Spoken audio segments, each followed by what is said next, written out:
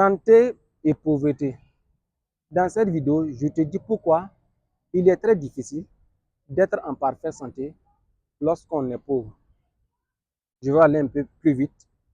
Lorsque je parle de la pauvreté, il faut savoir qu'il y a la pauvreté sociale. Que vous êtes petit ou grand, vous allez voir que vous avez besoin d'une personne à qui échanger. Dire ce que vous souffrez à l'intérieur de vous-même. Vous allez voir que on dit souvent l'isolement est l'engrais de la maladie. C'est-à-dire, il y a des gens qui sont dans leur coin isolés, ils sont stressés, ils vivent mal. Ils n'ont pas avec qui parler. C'est-à-dire, échanger intérieurement ce que vous souffrez au plus profond de vous-même. Vous allez voir que c'est ça qui envoie l'attention. Et regardez de nos jours, beaucoup de gens en souffrent. Problème de tension, problème de tension. C'est ça qui est à la base de tout ça. Là.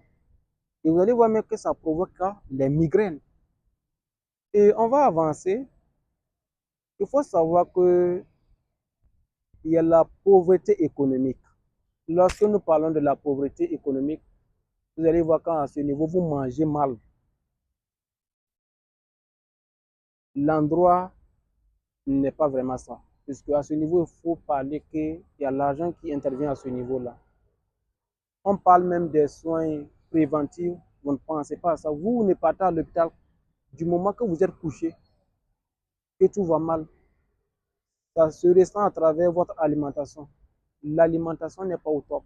Vous mangez très mal. Vous allez voir qu'à ce niveau, on parle de la pauvreté économique.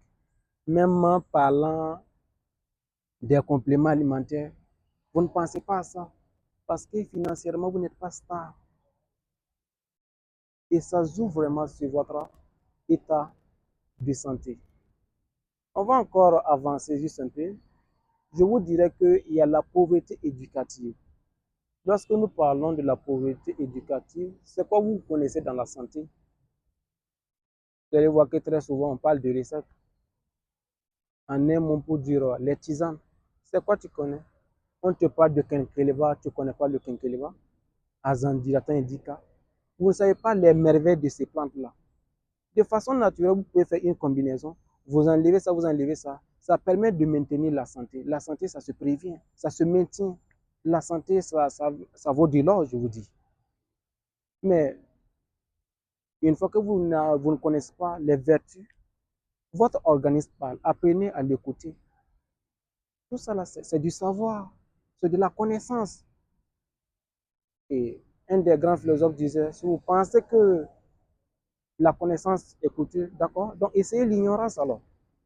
Vous allez voir que vous êtes ignorant dans votre maladie. D'accord, je vous dis maintenant que il y a la pauvreté spirituelle. Votre âme souffre.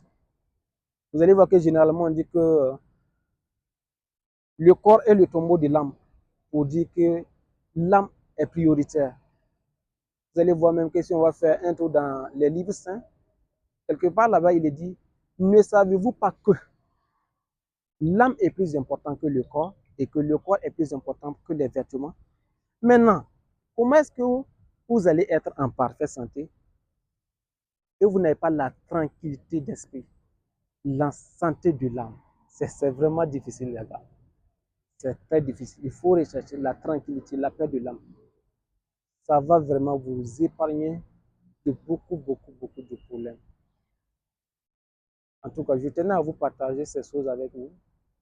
Et je crois que ça vous sera tellement bénéfique.